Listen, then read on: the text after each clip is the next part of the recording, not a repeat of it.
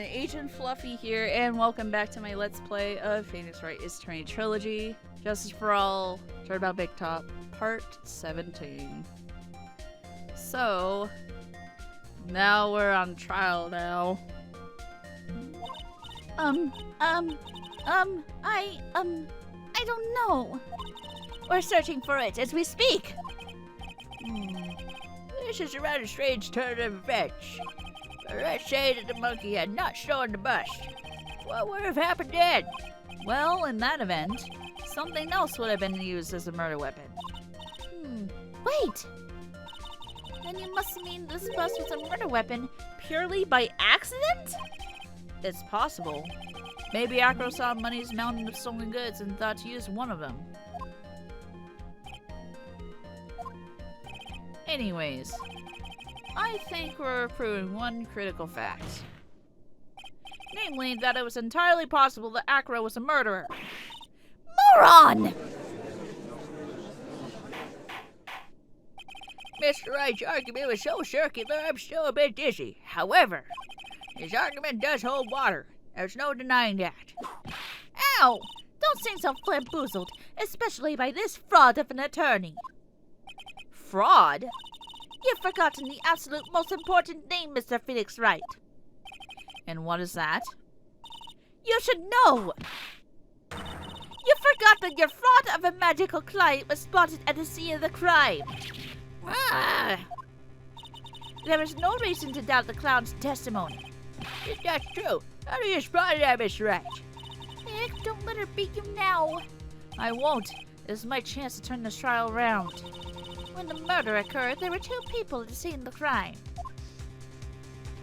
One was the victim, Regina Berry, and the other was the murderer himself. Answer this and only this, Mr. Phoenix Wright. Who was the murderer the clown saw? Oh my god. This is really freaking tough. Oh my god. Yeah, this piece of it is so convoluted. He saw Max, but ow! I asked who was the other person most on the scene. That evidence has nothing to do with the question.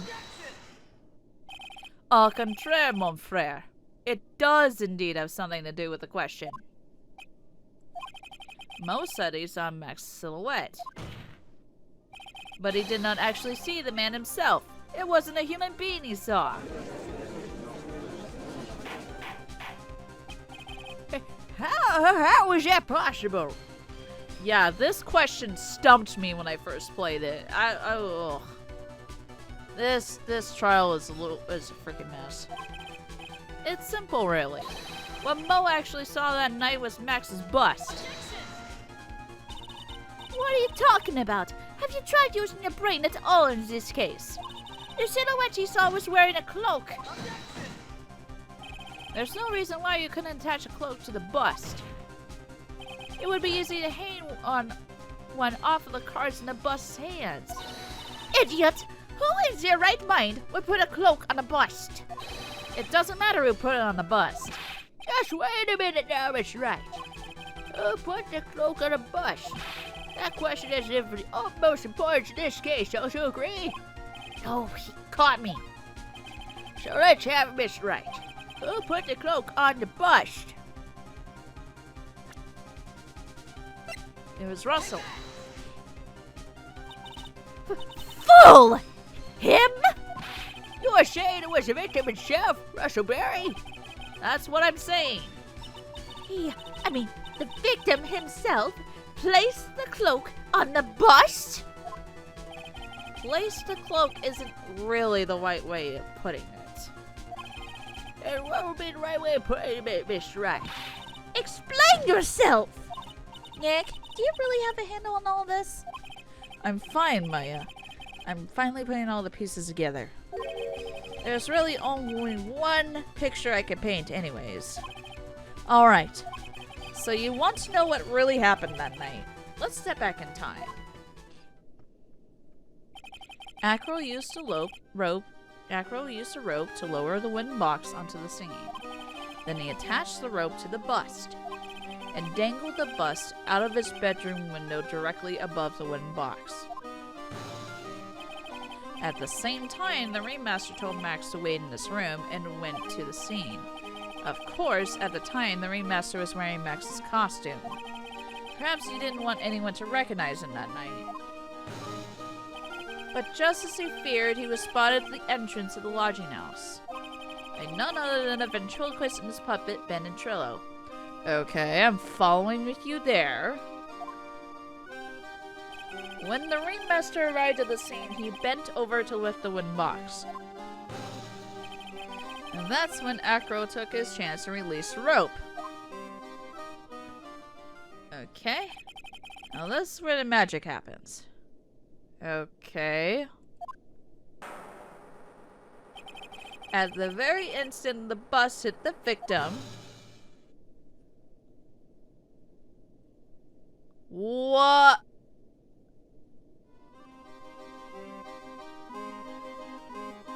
Huh? You wait just a second there, Mr. Phoenix Wright. As much as you try, as much as you scheme, that just isn't true. It can't be. It's still a little early to be getting so upset, Miss Von Karma. The circus isn't over yet. What?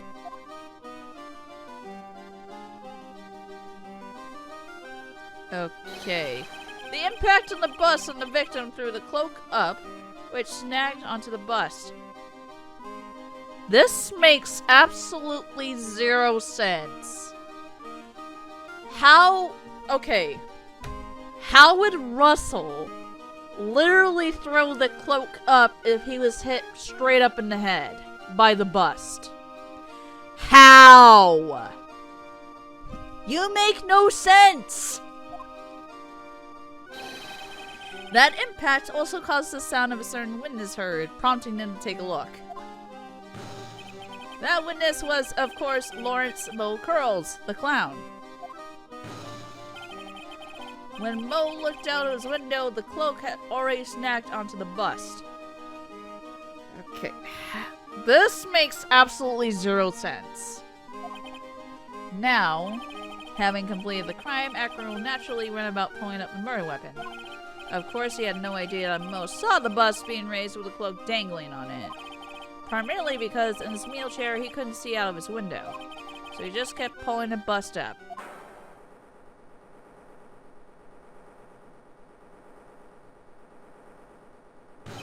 And that is how the magical murderer disappearing in the sky came to be. So you see, the only person who could have pulled this off is the one person who was able to drop the murder weapon from above the crime scene. Acro, it could have only have been you.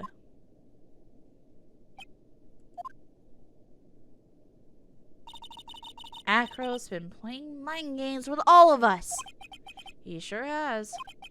But he has come to the end of his rope now. So? What now? You've graced us with a rather long-winded tale. But do you have any evidence to prove that your fairy tale is true? Evidence? In this court, only two things matter. The power of evidence and the power of my whip. Don't forget the power of my gavel as well. That's right, the prosecution brings up a good point. Can we see some evidence? Nick, they say they want evidence. I just explained how there can only be one possible murder weapon. There's still something unusual about Mo's eyewitness account. Unusual? A contradiction, actually. Okay then. Use that and get out of this jam. That's enough talking about yourselves. Proceed, Mr. Wright. Present some evidence to the court that backs your claims.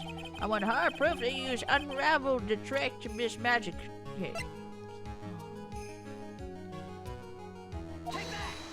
This question stumped me when I played. The problem is Max's three symbols. You know, the silk hat, the cloak, and the white roses. Those symbols were a problem numerous times during yesterday's proceedings. Yesterday, there were two contradictions in Mo's testimony.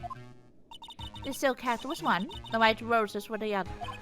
But the theory I just presented explains all these contradictions. You fool! Do you ever shut up? Max's cell cat was found at the scene of the crime. However, remember what Mo said yesterday? He testified that the criminal he saw fleeing the scene was wearing a cell cat. There's only one explanation for that.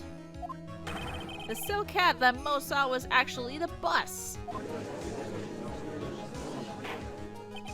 Makes sense. You look at it that way, he did see the silk cat. Well, sort of. Fine, you got one. But what about the other contradiction? The other contradiction? Remember what that ventriloquist said in court? He said that he witnessed white roses on Max's chest that night. But the clown testimony doesn't match. The clown said there was no white roses. I'd like to see you try and explain that one away. Can you do it, Nick? Of course, I can explain all of it. What was that? Please recall the instant when the cloak snagged onto the bust. If the cloak snagged onto the bust, what happens to the white roses?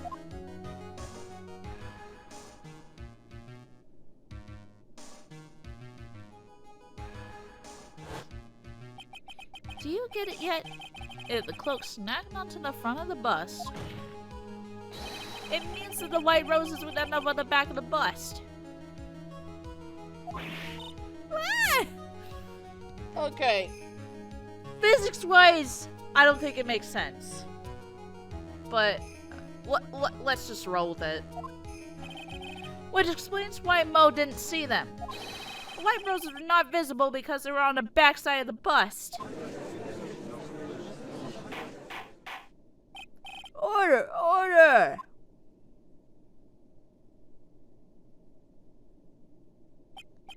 This is quite a shocking state of affairs. Mr. Wright's theory still sounds a bit absurd to me. I agree, Your Honor. It still doesn't make any sense to me. Like, the theory doesn't make any sense. However, let's keep going down this road a while and see where it leads. Let's do this, Nick. And maybe Von Karn will finally throw in the towel.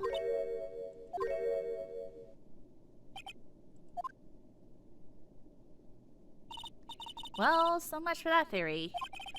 Mr. Wright, do you mind? What is it? You took the time to research our circus, didn't you? Well, yes, I did. Is there something making you think that I didn't? If you did, then maybe you'll understand why I think you're off track. Why is that? Motive. The witness feels an incredible debt of gratitude towards the ringmaster. Anyone with any relation to the circus is well aware of this. Thus, there is absolutely no way someone like this would kill the ringmaster.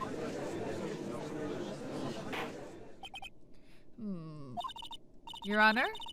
I'd like you to hear Acro's story. Learn about his relationship with the ringmaster and his life up until now. Well, what do we do? There's no doubting that Acro deeply respected the ringmaster. Acro's motive. It seems that this case isn't over yet. Very well.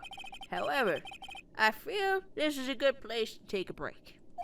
I will listen to the rest of Mr. Dingley's testimony after recess. This court will now take a 10-minute recess. To be continued.